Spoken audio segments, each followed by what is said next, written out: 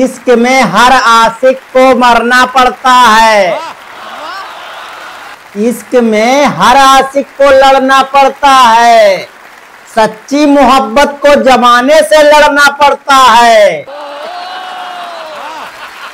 घर घर में टॉयलेट हो ये जरूरी नहीं। अरे इमरजेंसी में खुले में भी जाकर करना पड़ता है।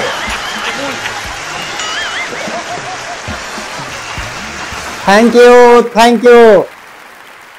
उत्तर प्रदेश, बिहार, दिल्ली, राजस्थान, मध्य प्रदेश, हरियाणा, पंजाब, गुजरात, महाराष्ट्र, हिमाचल प्रदेश, वेस्ट बंगाल, उत्तराखंड, यहाँ के जो मुखिया या सरपंच होते हैं, इनको यही डर लगा रहता है कि यार अब की बार हमारी प्रधानी न चली जाए।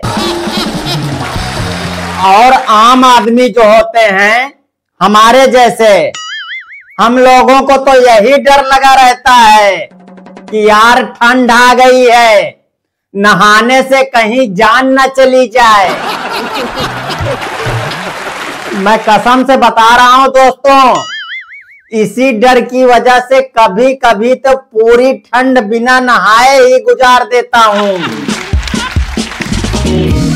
चलो कुछ भी हो दोस्तों, लेकिन ना नहाने से एक फायदा होता है, साबुन और तेल की बहुत ज्यादा बचत हो जाती है। यार आजकल के जो बच्चे हैं ना दोस्तों, वो अपने माँ बाप का कहना बिल्कुल भी नहीं मानते। अभी मैं कल की बात बता रहा हूं। सुबह सुबह मैं खेत में गया था। खेत से जैसे ही घर आया तो मेरी बहू मेरे लिए पानी ले आई। बोली, पिताजी लो पानी। कहां से आ रहे हो इतना हांफते हुए? मैं बोला, आ रहा हूं तुम्हारे मायके से, तुम्हारी मम्मी से मिलने गया था। अच्छा, इतना सुनते ही मेरी बहू गुस्से में मुझे देखने लगी। मैं बोला, नहीं समझ में आ रहा है, सुबह से खेत में मर रहा हूं, न कोई चाय लेके आया न पानी।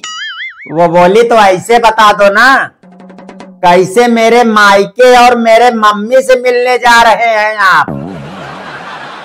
मैं बोला, अरे तो सारा खेत का काम पड़ा है, तुम्हारा आदमी सुबह सुबह ही उठ कर बाहर घूमने चला जाएगा, तुम यहाँ लाली लिपस्टिक लगाकर इस कमरे से उस कमरे में टहल रही हो। वो बोली, अरे मेरे लाली लिपस्टिक से ज्यादा जलन हो रही है ना, तो वहीं अलमारी में रखी रहती है, लेकर के आप भी खूब पोत लिया करो और खूब इस कमरे से उस कमरे में आप भी घूमो। कोई मना थोड़ी नहीं कर रहा है तुम्हें। अच्छा, इतने में मेरा बेटा भी आ गया, एकदम दारू के नशे में धुत। मैं बोला, बेटा तूने आज फिर से दारू पी लिया? वो बोला, नहीं पापा, दारू तो नहीं पी। मैं बोला, अरे तो इतनी बदबू कहां से आ रही है, ये कनबोज मारूंगा। वो बोला, अरे पापा, वो मेरा दोस्त दारू लेके जा रहा था, उसी ने मेरे ऊपर दारू गिरा दिया, इसीलिए बदबू आ रही है। इतना सुनते ही मेरी बहू फनफना के उठी नागिन के जैसे। बोली, अच्छा इसीलिए सुबह सुबह निकल जाते हो कि कोई तुम्हारे ऊपर दारू गिरा दे। बेटा बोला, पगला गई हो क्या? लेकिन आज तो बहुत सुंदर लग रही हो। वो बोली, अब तुमने पी लिया है ना, अब तो तुम्हें मैं सुंदर दिखूंगी ही। मैं बोला, अबे साले, तू ये सब अपने बाप के सामने ही बोल रहा है, थोड़ा देख कर बोल बेटा, देख कर। वो बोला, अरे मेरी बीबी है, तुम्हें क्या मतलब, आई लव यू। मैं बोला, तुझे चढ़ गई है क्या? कुछ भी बोलने से पहले ये देख ले, अभी दिन का समय है और तेरा बाप तेरे सामने खड़ा है। वो बोला, अपनी बीवी है, दिन क्या रात क्या, लोक क्या, लाज क्या, माँ क्या, बाप क्या।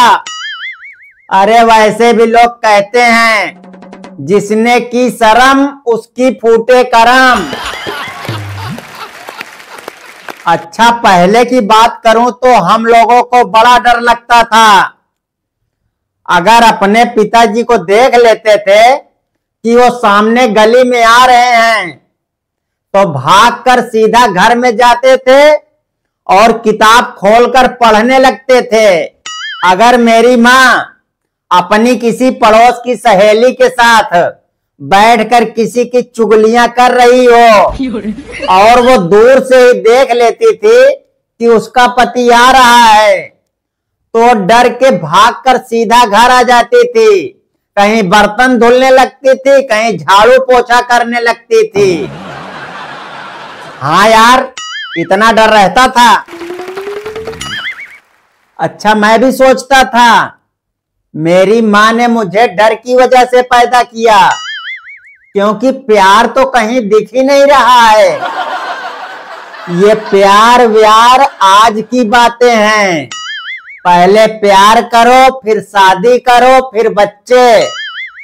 और सिद्धू जी गवाह हैं इस चीज के। हमारे टाइम पे तो सीधा शादी हो जाती थी और फिर 10-12 बच्चे।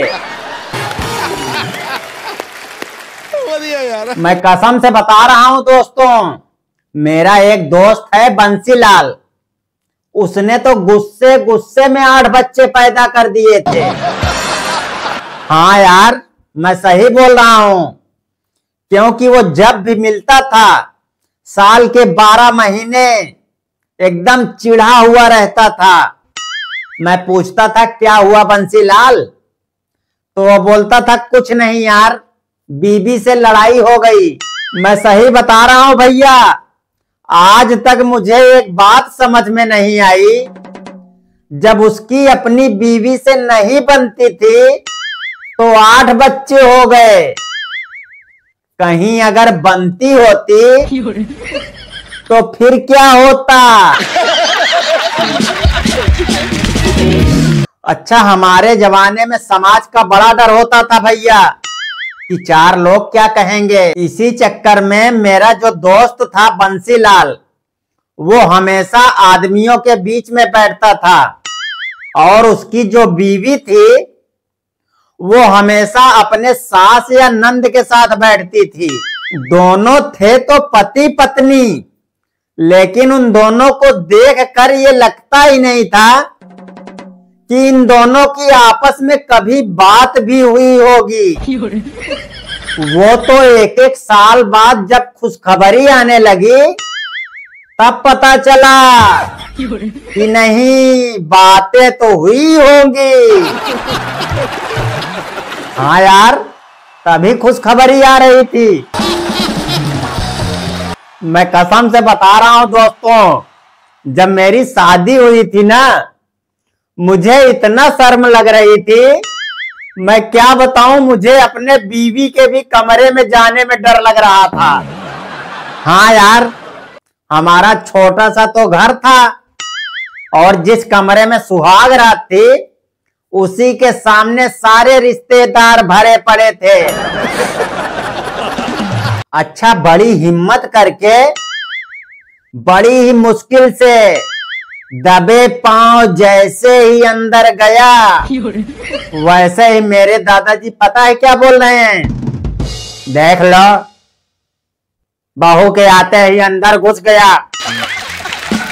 मेरी दादी गुस्से में बोलती है, अच्छा तुम तो 10 बच्चे के बाप हो, अभी भी टाइम पे आ जाते हो।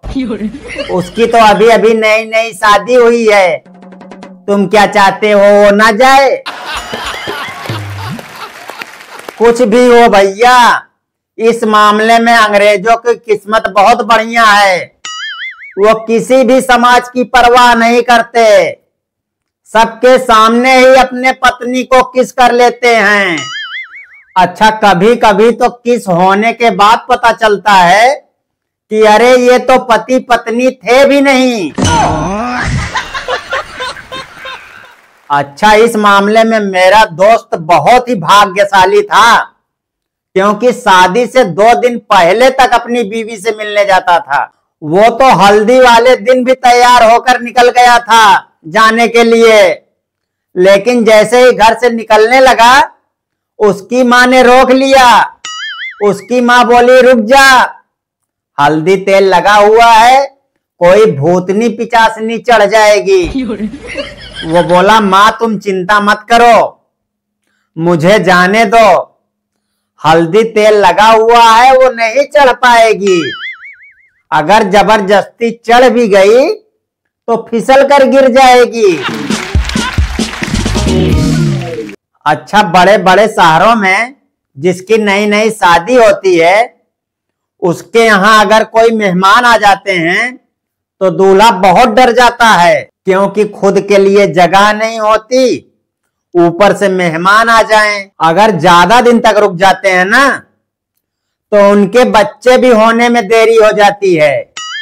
ऊपर से कोई कोई मेहमान इतना ढीठ होती है ना, जैसे कोई बूढ़ी नानी या कोई बूढ़ी बुआ, वो अलग ही सलाह देने लगती है, बेटा मैं तो सो जाऊंगी बहू के साथ, तू सो जाना अपने नाना के साथ, कोई दिक्कत नहीं होगी। अब बता नया मेहमान कब आ रहा है। अब दूल्हा गुस्से में बोलेगा, मुझे तो सुला रही हो नाना के साथ, खुद सो रही हो बहू के साथ, अब भला नया मेहमान कहां से आएगा बुढ़िया।